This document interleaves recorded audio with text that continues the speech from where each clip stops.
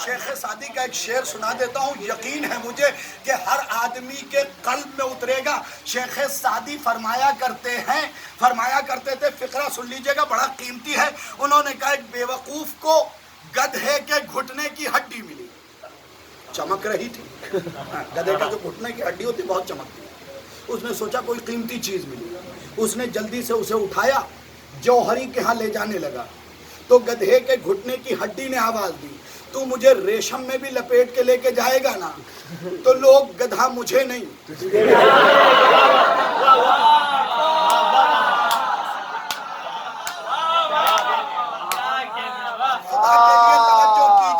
اگر قبا امامہ لگا رہے اور لباس رسول پہن رہے تو اس کے مان مریادہ کا خیال رکھیں۔ اب فقرہ سن لیجئے شیخ سعدی کا، انہوں نے انہی چیزوں کو مد نظر رکھتے ہوئے، میں بار بار کہہ رہا ہوں جو عارفین ہیں ان کی جوتیاں میرے سر کا تاج، لیکن جس لباس کے اندر دشمن علی چھپا ہے، اب سن لیجئے گا شیخ سعدی کا شعر، وہ کہتے ہیں اگر گدھے کے بدن پہ شجاعت کی چادر ڈال دی جائے اور 1000 برس بعد اتارا جائے تو نیچے سے شیر نہیں گدھا ہی نکلے گا۔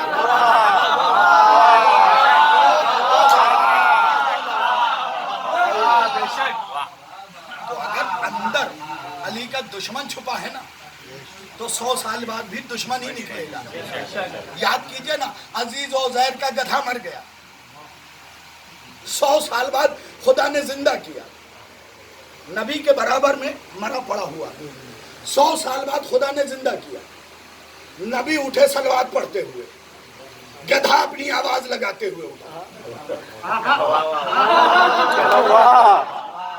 فقرہ تو میں نے کہہ دیا، اس کا مطلب گدھا اگر نبی کے پہلو میں 100 کیا 1400 برس پڑا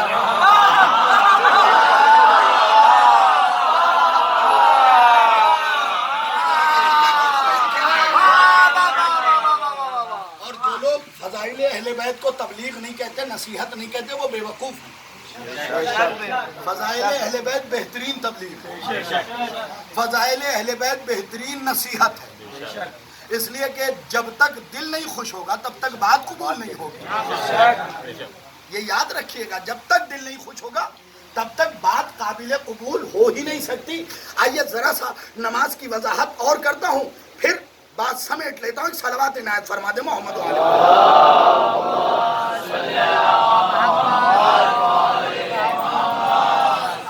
یہ بھی بہت پائے کے عالم اور بہت پرانے سید آیت اللہ سید شرف الدین کتاب تعویل الآیات میں چھٹے امام کا ایک فقرہ لکھتے ہیں، 6 فقرے ہیں، جیسے جیسے آپ کا مزاج بنے گا ویسے ویسے سنا دوں گا، اور جہاں آپ کا مزاج نہیں بنے گا وہیں چھوڑ دوں گا، لیکن یہ یاد رکھیں آخری فقرہ وہ ہے کہ اگر آپ نے نہ سنا تو اپنا نقصان کیا۔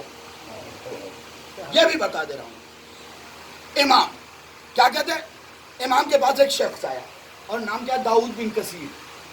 یہ وہ راوی ہے، علم رجال نے بھی اسے معتبر کہا۔ داؤد بن کثیر آیا اور کہتا ہے امام صادق سے کیا، خدائے تبارک و تعالیٰ کی کتاب میں نماز، زکوٰۃ، حج سے مراد کون؟ طبیعت ہے؟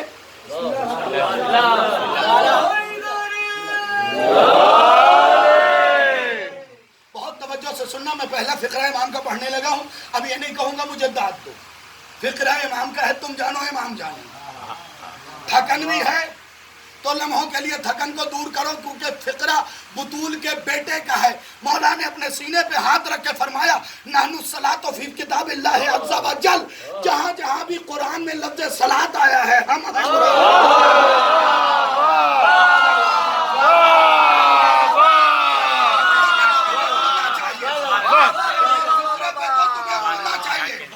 یہی لفظ ہے، نحن الصلاۃ فی کتاب اللہ عز و جل، اللہ کی کتاب میں جہاں بھی لفظ صلاۃ آیا اس سے مراد ہم ہیں۔ اگلا فقرہ امام کا فرماتے ہیں وَنَحْنُ الزَّكَاةُ وَنَحْنُ الصِّيَامُ وَنَحْنُ الْحَجُّ نحن بلد الحرام ونحن کعبۃ اللہ ونحن قبلۃ اللہ.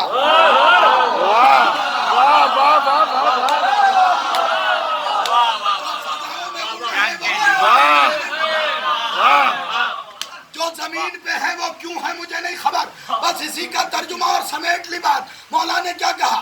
نحن الصلاۃ فی کتاب اللہ عز وجل، ہم اللہ کی نماز، اللہ کی کتاب میں نماز جہاں جہاں بھی آیا صلاۃ وہ ہم.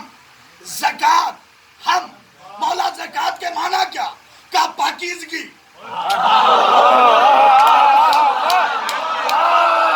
جتنا پاک ہوگا اتنا بولے گا. زکوٰۃ کے معنی کیا؟ پاکیزگی. مولا وضاحت کیجئے. آواز آئی پردے کے اس پار سے، سمجھے نہیں؟ نبی نے فرمایا جس کے دل میں ولایت اس کی ولادت پاک.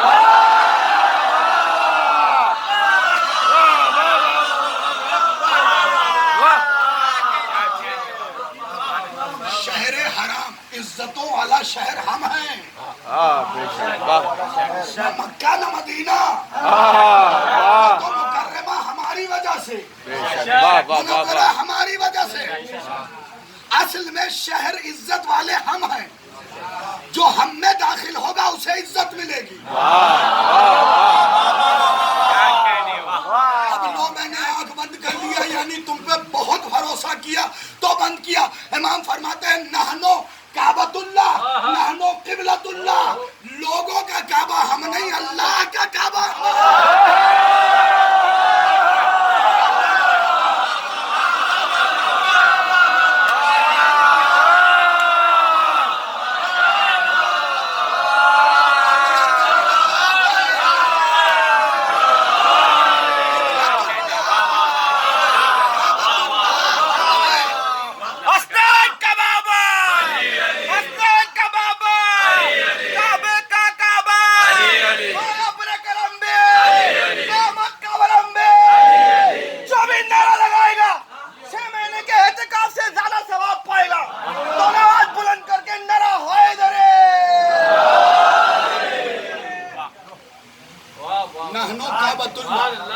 آخری فقرہ آ گیا، تم سارے کھڑے ہو جاؤ. اس فقرے کا حق ادا نہیں ہو سکتا. تا رجعت کھڑے رہو. ایدم تا رجعت حق نہیں ادا ہوگا. فقرہ اتنا بڑا ہے امام کا. امام فرماتے ہیں کہ آج سن لینا، یہاں لکھا ہوا چاہو کاپی کر لو. کیا فرماتے ہیں؟ نحنو وجہ اللہ. یہ تو سنتے رہتے ہو. امام نے اس سے آگے بیان کیا، بھائی اسے تھوڑی دیر کے لیے رکھو، نشہ ضائع ہوگا. نحنو وجہ اللہ. اس کے بعد فرماتے قال اللہ تعالی فَأَيْنَمَا تُوَلُّوا فَثَمَّ وَجْهُ اللَّهِ فَثَمَّ وَجْهُ اللَّهِ. یہ دیکھو آخری فقرہ، اللہ کا چہرہ ہم ہیں. فرمایا اس نے پوچھا، اس نے مولا کیسا چہرہ؟ کہ جو قرآن میں کہا تم جدھر منہ کرو گے.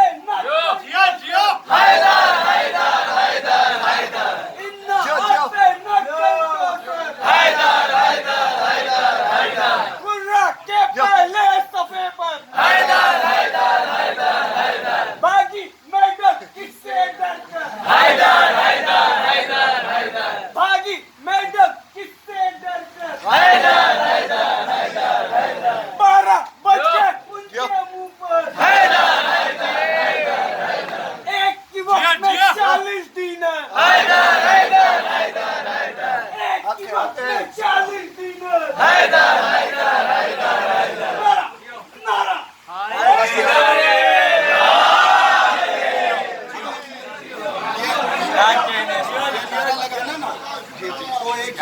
40 ڈنر نہیں کہنا بلکہ 43 43. ٹھیک ہے، 40 تو منافقین آئے تھے. جب سب نے دعویٰ کر لیا تو رسول نے کہا تم سب غلط کہہ رہے ہو، کل تو علی میرے ساتھ تھا.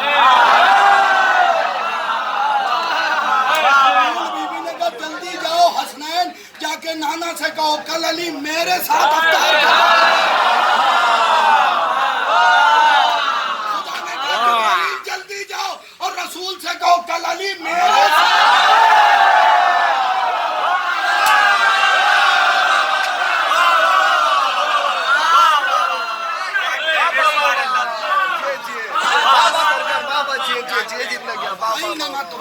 اور پھر کہہ رہا ہوں اتنا پڑھنے کے بعد بھی قسم کھا رہا ہوں منبر پہ ان تمام ذریعوں کی میں علی کو اللہ نہیں مانتا. خدا کے لیے اپنے اللہ کو چھوٹا نہ کرو.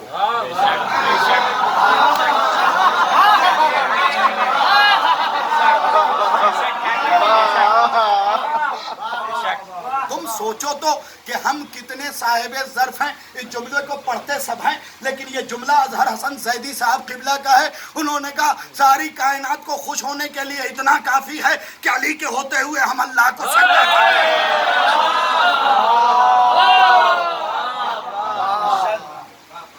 اس سے آگے توحید کیا ہوگی کہ وجہ اللہ موجود ہے پھر بھی ہم اللہ کو جھک رہے ہیں. ہمارے توحید پہ تو کبھی کسی نے کمند نہیں مارا نہ ہمارے پیر میں لرزش ہوئی. لا الہ الا اللہ کا مطلب لا الہ الا اللہ. یاد کرو نا تسبیحات اربع میں جو لا الہ الا اللہ ہے یہ جب خدا نے خود سے جدا کیا ہی نہیں. تو امام حسن نے کہا تھا لا الہ الا اللہ. بند کرو ایک لمحے کے لیے روکو ذرا. اس وقت نہ ہندوؤں کے کوئی خدا تھے نہ بدھسٹوں کے نہ عیسائیوں کے نہ ہی یہودیوں کے. جب کوئی خدا تھا ہی نہیں تو امام حسن نے کیوں کہا لا الہ کوئی اللہ نہیں ہے. معاملہ یہ تھا کہ جیسے ہی یہ جدا ہوئے وہ تو دکھ نہیں رہا تھا فرشتوں نے انہیں اللہ کا. امام حسن نے کہا لا الہ.